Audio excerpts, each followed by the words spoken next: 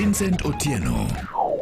Jodak mawuok e gweng' mawuotho gi Kaisuna West Sub-County ywak mokalo kolure gi wach mar bedo ni teche mantiere e bombe e gwenge makono ok ti, wach mabende gilero ni osekawo thuolo mar juma achiel sani, ka bende koro gikwayo mondo mi jotelo makono kaw thuolo mar losogi, ka bende gisea jotelogo kuom bedo ni giling' mana thi kata bende teche makamago ok liel. Kane otelne kod John Owino bende ne owacho ni techego osebedo ka koro ok ti kuom thuolo mar juma achiel, wach ma koro osekelo ng'ikruok maduong' mokalo ahinya to weche mag ohala kaachiel kod weche mag arita, ka koro giywak ni weche mag arita sani koro weth mokalo koluwore ni jojore tiyo kod thuolo mar mudhono e temo chocho weche mag arita. Giwacho